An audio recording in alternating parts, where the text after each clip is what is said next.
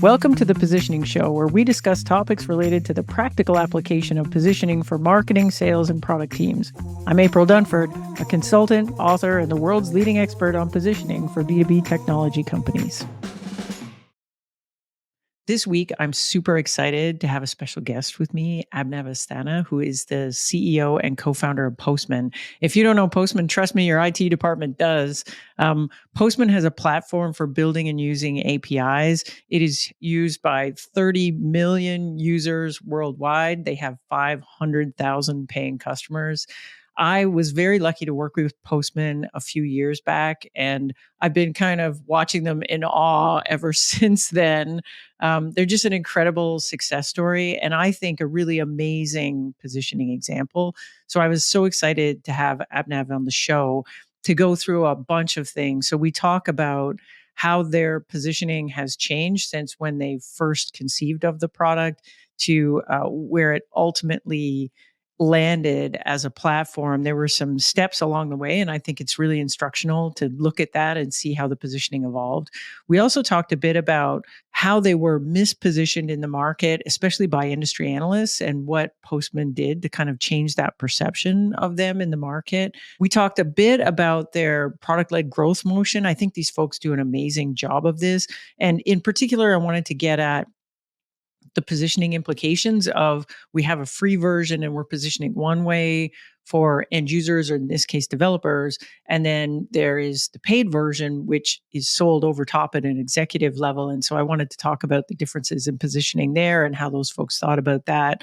And then lastly, I think Postman does a really amazing job of communicating their particular point of view in the market and why they look at building APIs in a very different way from other competitors or other approaches to solving the API problem in the market. If you read my second book, Sales Pitch, I use these folks as a case study, mainly because I think they did such a good job with that piece of it. So I'm really excited to have this conversation. I think you folks are going to find this really super useful. I know I did. So let's get at it.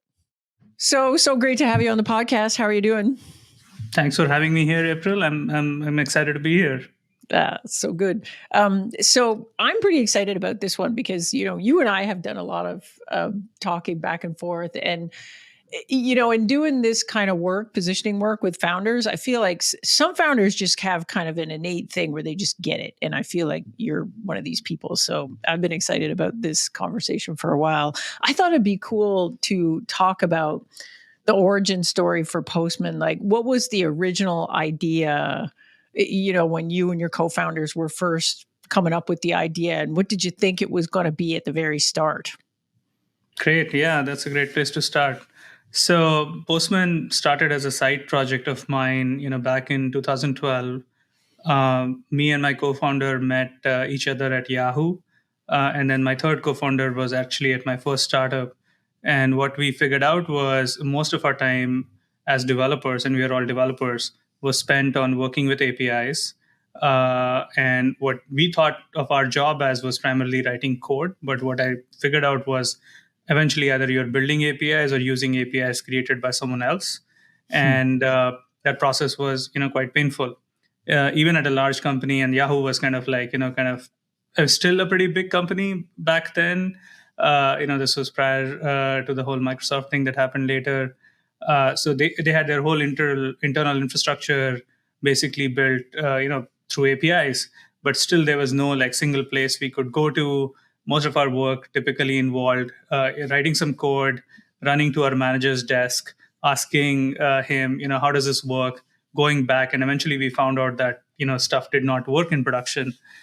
So we spent a lot of late nights debugging what was wrong, and it often turned out that debugging was hard if you did not know what the API was kind of doing. So that memory kind of stayed with us. I started my first company, and I was an intern at Yahoo, so this was right after college. And I found out that we were basically building a mobile app, and that was on the web, Android, iOS, and we had to build an API. And while we were a small company, about 4 or 5 people, it was still the same problem.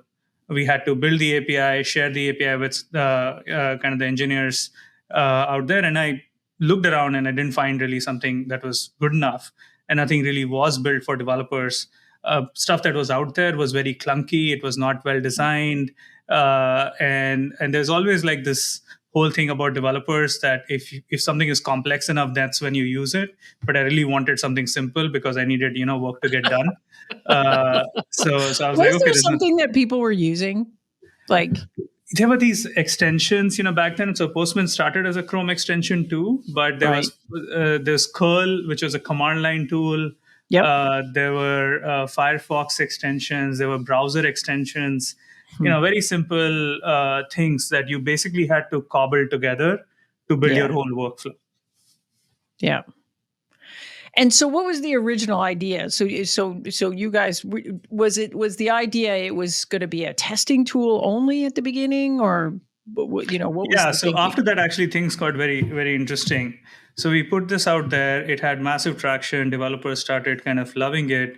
But then we noticed that APIs kind of have this network effect of sorts, where I'm Yeah. sharing an API with my team, the team is sharing APIs with other teams, an organization is sharing APIs. If you think about the Facebook API, the Twilio API, they are sharing APIs with third-party developers. There are partners. Everybody's sharing APIs with each other, and we reasoned that basically that's how software is going to be built in the world. And there are only two ways to build like bigger pieces of software. Either you can combine more and more software libraries, maybe you pick through open source, maybe you buy some stuff and combine them into a larger piece, or you use APIs that are available and you can just inject them with like a few lines of code.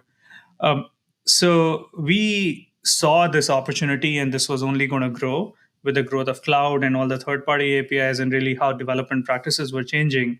And Postman found itself to be in the center of that.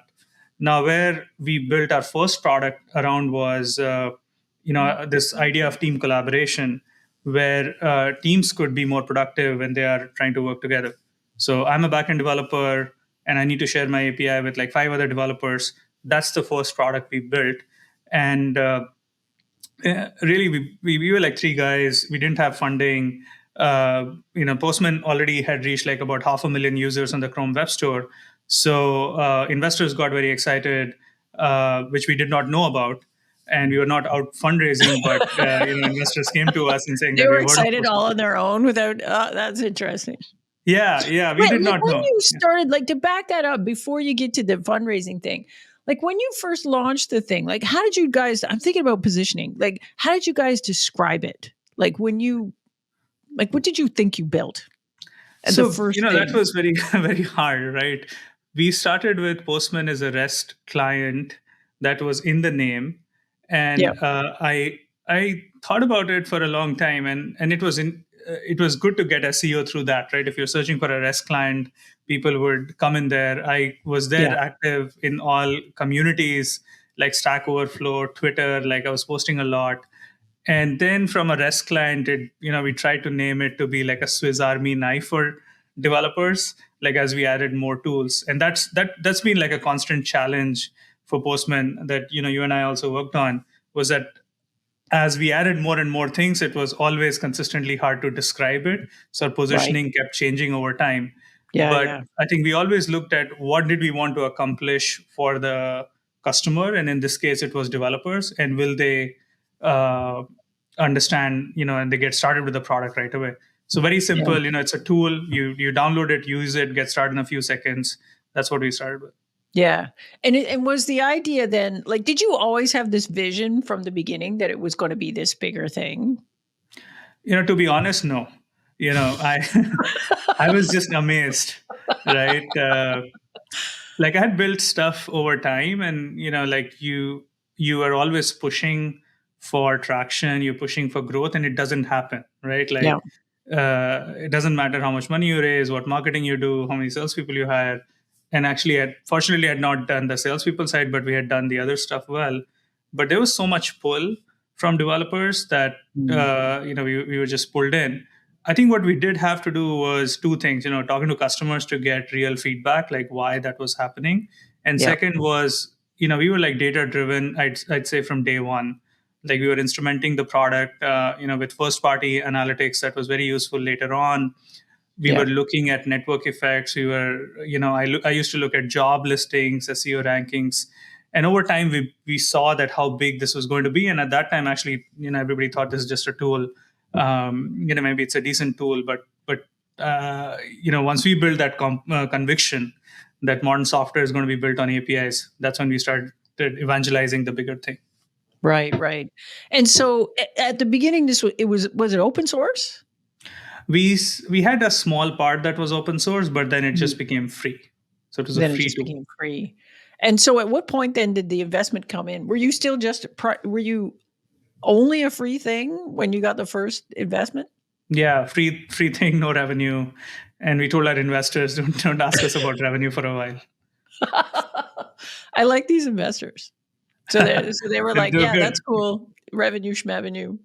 Yeah, But your yeah, user numbers were crazy. yeah. We had a lot of traction.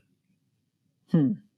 And so, was there a plan? Like, did you have a longer term plan of how you're going to monetize this thing, or was the idea we're going to figure it out once we go there? Actually, yeah. So I said no for a very, I kept saying no until we built conviction that this is going to be something we could make money off of, and there's a relevant customer value to solve for.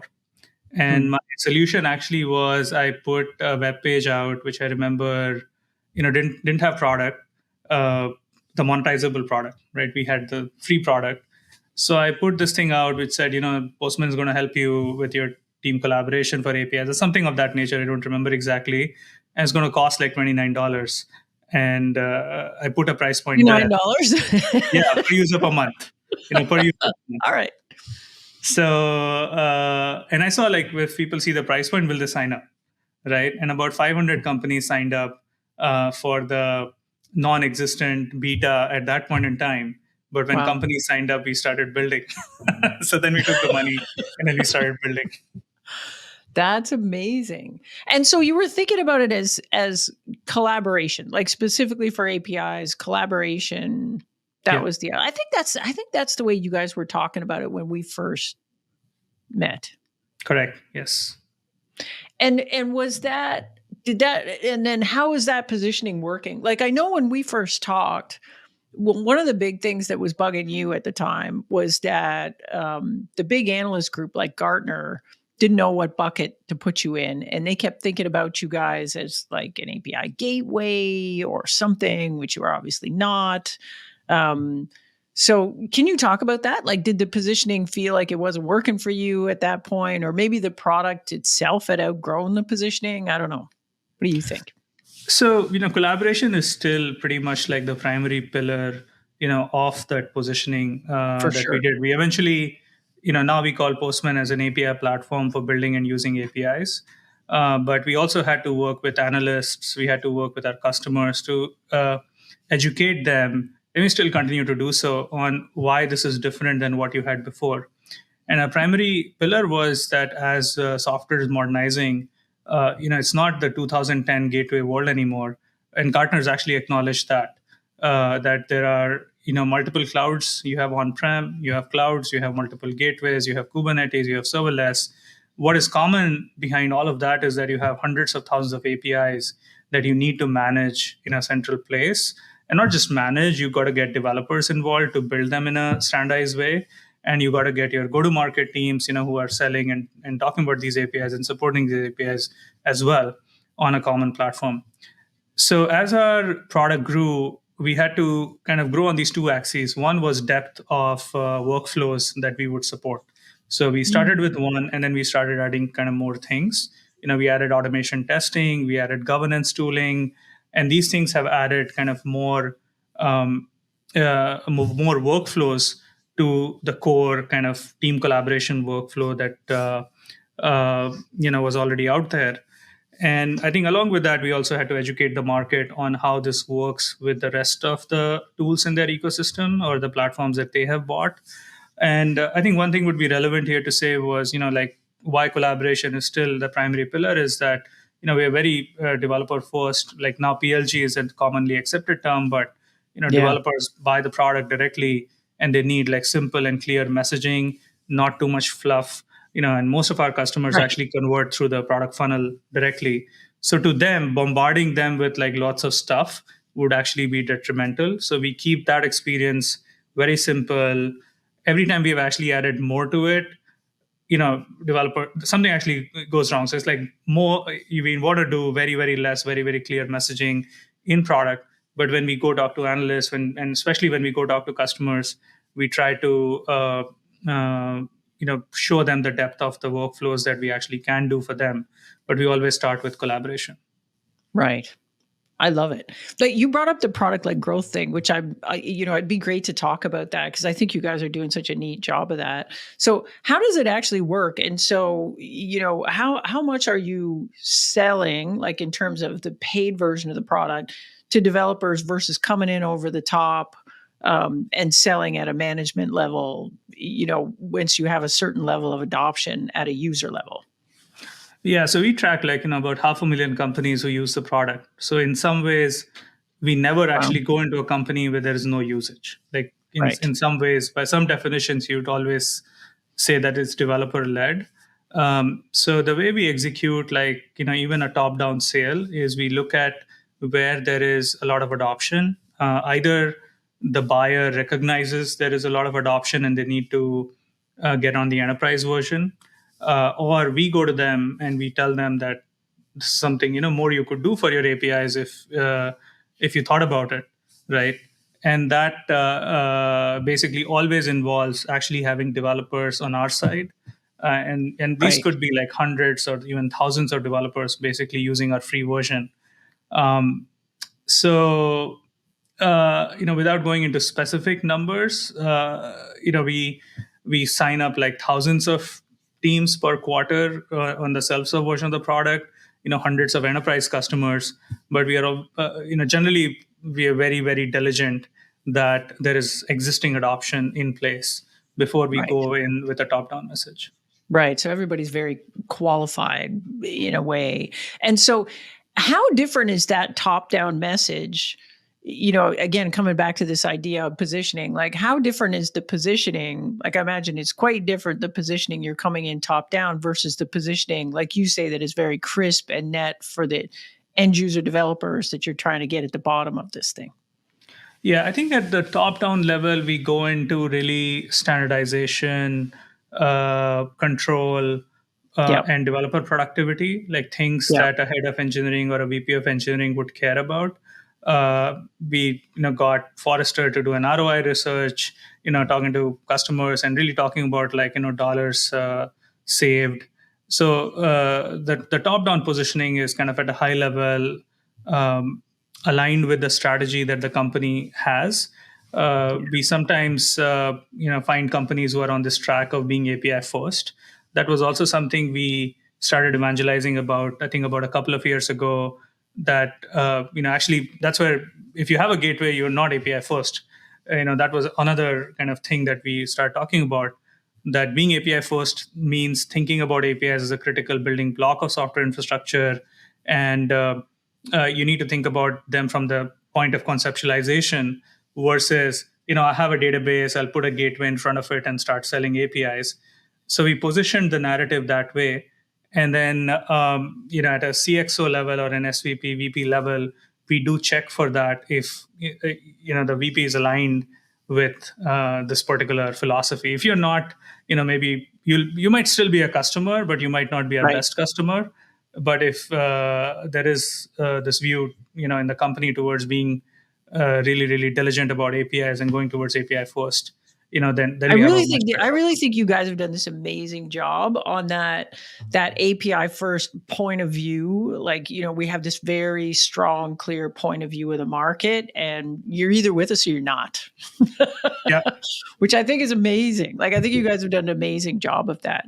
Can you describe like how you folks evangelize that point of view when after it was crystallized? Like, how did you get Gartner on board? How did you get folks talking about this thing? Like, you guys are really the front of this thing.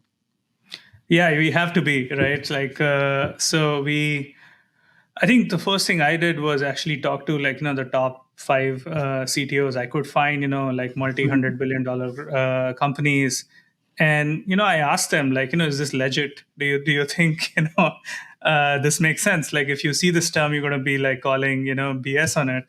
And they said, no, we love it because that's the way we want to do it. So first we got that conviction. Then we used channels like we bought Wall Street Journal ads. We took Oh, billboards in New did you York, really? London. Oh, I didn't know that. I Yeah, didn't see your Wall Street we, Journal we ads. Oh my goodness. we did a lot of work. So we bought billboards in the Bay Area, New York, Yeah. London. Colleagues of ours or friends of ours would send, like, where there's a big traffic jam, and everybody's stuck reading the API first message. So Great. there was just some general awareness, we had to do. But then we got more in depth. We wrote a book about it, the API first transformation that's available on Amazon. Amazing. We also did our own podcast called Breaking Changes, where we Yep. kind of weaved that story together. Right now, there's a lot of work that we do by going to customers directly, sometimes giving them the book, sometimes listening from them. And I'd say, it's not always like a sales level message. Like, we want that to have percolated through before we go. So we can't, a sales rep cannot go in and say, hey, do you want to be API first tomorrow? That's a more strategic, like 3 to 5 year vision that we align against. Uh, but if that's there, then, we give the content out to different levels. And where it really, I think, clicks is in our best customers, where engineering managers and directors are already there with the product, and then the top Exactly. down message resonates, and everybody's kind of happy. That's amazing. I love it. I also love that the graphic novel is my favorite thing. Oh I yeah, I use forgot it. about that. Thank I you. use it Yeah, as an example all the time. I'm like, people are like, we're not doing anything cool in B2B marketing. And I'm like, that's wrong. Look at this thing. yeah. I have one more thing to share with you. We'll see Yeah. if once it's out. Oh Yeah, yeah. something. Oh, there's a new Yeah, thing. Oh boy. yeah. Oh, I'm I think you'll excited have for to see this. it to believe it. So I'll keep it as a secret. I'll send it to your email. But I think, yeah, that novel was actually, we had a fantastic designer. We have a fantastic designer, and the challenge was actually describing what an API is. So I'd go to, Right. like, every reporter would ask me, like, what the heck is an API? And I'm like, they're everywhere, but they're nowhere. So we were like, okay, it's a visual medium. Graphic novels are a visual medium to describe this to you, and it worked Yeah. really well. Yeah, that's so good. Yeah, I think you guys have done this amazing job with that. Like, what about can I come back to the analyst for a minute? Like at the beginning, the analyst didn't know where to put you. Like, so I got two questions about analysts. Like the first one is like, how important are they for you and your business? Like, how important is it to get them on side? And then two, like, how'd you do that? Because at the beginning, like they went from not getting you at all, putting you in totally the wrong bucket to like my impression from the outside is they get you guys now and like they like you. How'd you do I that? think they're always getting better at kind of getting us. Yeah. I think it's a long journey. I think for our Yeah. customers, they have here and now problems that they're not waiting for an analyst to kind of tell them how to solve. So again, in the curve of API adoption, there are companies who are really early still. They are deploying their first gateway.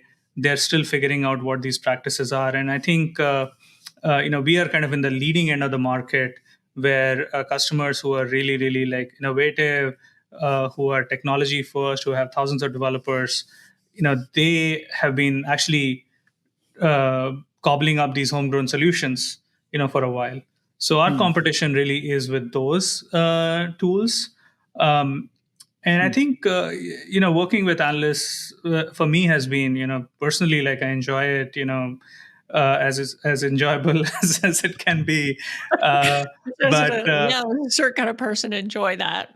yeah, yeah, but I try to ask them questions rather than just enforce Yeah. our own opinion, because they probably get it, like, I think 20 times a day.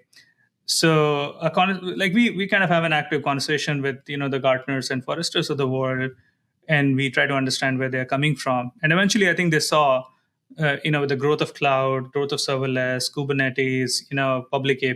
APIs, that there is no one, like, single category In fact, there are many categories now around APIs, and they now publish a whole bunch of other material. Uh, One thing that really worked for us was actually then surveying our own customer base and user base. So we Love it. publish the state of the API report, which is the largest API report on the planet, and everybody reads it. VCs, analysts, customers, and we have gotten better at packaging it, and we supplement it with the data that we have on the Postman platform to kind of add more weight to it, which I don't think anyone in the industry has. That's amazing. That's totally amazing. Yeah, I love it. Um, Talk to me a bit about. So you guys have raised a lot of money. How much? Yes, It's a lot. 400 million plus. Yeah, something of that order. Yes. Yeah. Oh wow. And how big are you now in terms of like do you publish any? I think you publish like how many users you have, and just for Yeah. people listening to this podcast that might not know the scale we're talking about on this thing.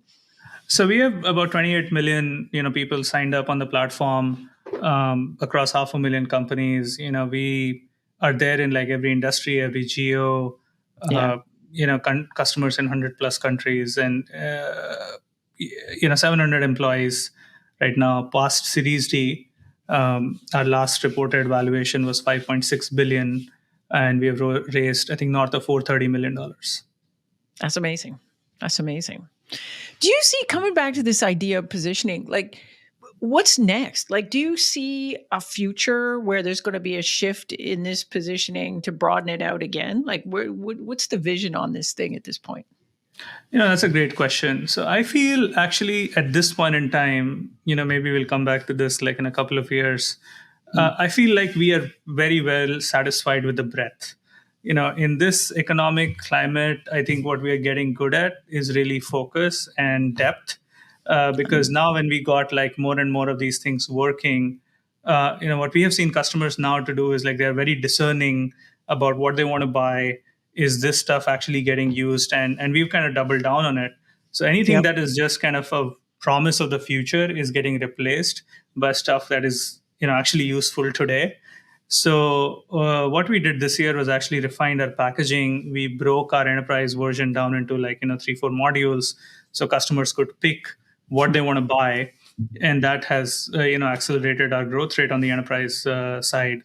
Um, so I feel, with our positioning overall, there's a lot of breadth, right? And with the user base we have, we actually, continue to scale the product. We have to satisfy now, more protocols. We have to satisfy, more tooling needs.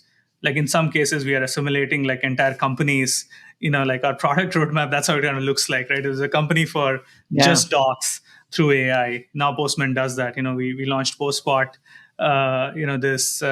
this year, and Postbot is something that's going to help you with AI across the whole API lifecycle. So if you are doing anything as a company with just a tool plus AI, now Postman can do that. So so I feel pretty good about that. But I think now what our focus is on really getting scaled velocity of logos, and then scaling the heck out of this for the next 5 to 10 years. I love it. That's amazing. Have you got competitors popping up now in your space that are attempting to copy you? Like, usually that's what happens with something cool like this. You have something cool, it's this really neat, innovative thing. And then what you'll get are these kind of copycat sort of attempting to fast follow you and come in and disrupt you on your own turf. Like, are you seeing any of that? And if so, are you doing anything about it? Does it worry you? Yeah, that's a good question. So the short answer is yes, right? Like people start copying you in bits and pieces, but I think what my understanding is they don't know why they're copying us, and they don't know why they're building what they're building. uh, like we have to stay ahead. I think we give ourselves like 6 months, 9 months to really stay ahead. You can't be, not paranoid. Sit on something that you built, and wait for revenue to come in. So I think the typical point of attack for a company that's going enterprise is always the bottom end of the market, right? Like Yep. now one thing that creates a challenge is like how do you compete with free, because we have a 10x better free product than every other free product out there. So that's one way we look at it. I think the second is basically user experience, where if the user experience becomes very enterprisey, too cluttered, too Yep. complicated, that's when sometimes somebody gets an opening. So we're very diligent about it. We are still active in all communities. We scan Twitter. We are responsive on support. We're responsive on our communities. LinkedIn, everything. So we just believe that every developer, every student, and now maybe in schools, like everybody should just start with Postman. That. So we Yeah. we're looking at like 20 years ahead, and I think it's sometimes interesting to see how other people try to differentiate and position. Uh, and Yep. so far it's been 10 years now, more than 10 years for me to build this thing, and I'd say we are pretty good at a few things, and we stick to it. When we stray past what we are good at, I think that becomes more of a challenge. But yeah. Yeah. Oh, I love that too. Um, is there any we're at the end of time, but is there anything just as a last question, like is there any advice you'd give to like yourself if you could go back to yourself 10 years ago or whatever it was at the beginning of this? Is there any advice you give or is there anything you do differently? I think one thing that I would do differently is like ensure that I talk to like 50 to 100 customers per year. You know, Mm, uh, that's one thing I feel like starts chipping away, on your time. And I think I've kind of brought that back as a goal for next year for myself. Because what happens is that for our product now, if you're selling like a very specific enterprise product, maybe you should. I mean, everybody should still do it, in my opinion. But I think they should still do it even if it's a big right, enterprise product. I yeah, think they should do it. Yeah. yeah. So I think something that happened in this whole like kind of, I mean, we love remote work, and I know you probably do too, but kind of I have this notion of like, don't come to our office, but go to our customer's office. Go and Mm, understand how I they're like that. using the product, why they're doing it. And for us, like, developers are so innovative, they're so creative, they're trying to do new things to the product, and it's very hard to see it in the data. You have to really show up. Yeah. And I feel the most conviction I've had with things that we have done is when really somebody tells me, like their life kind of, I mean, their working life depends on it, you know, and sometimes even dollars tell you the wrong picture, right? Like, I mean, in SaaS, if your customer is not renewing, it doesn't matter. So you have to win the customer like every year, every month, every year. And I feel like that kind of got a little bit missed during the pandemic. And we Yeah. were talking about the pandemic for a while, but I feel like, yeah, that was very hard to do over Zoom. You just can't call customers over Zoom and say how is it going, because they're on Zooms all day. But now when we show up at our customer's office, they're interested, they're engaged. Yeah. So I wish I would do more of that. I love this idea too because I think there's so much to be gained from this kind of like you say the numbers tell you one thing but there's all of this like qualitative stuff that you can only get by having a conversation with people. I love that. Hey, so thanks so much for joining me. This has been awesome. Thanks for having me here. That was a fun conversation.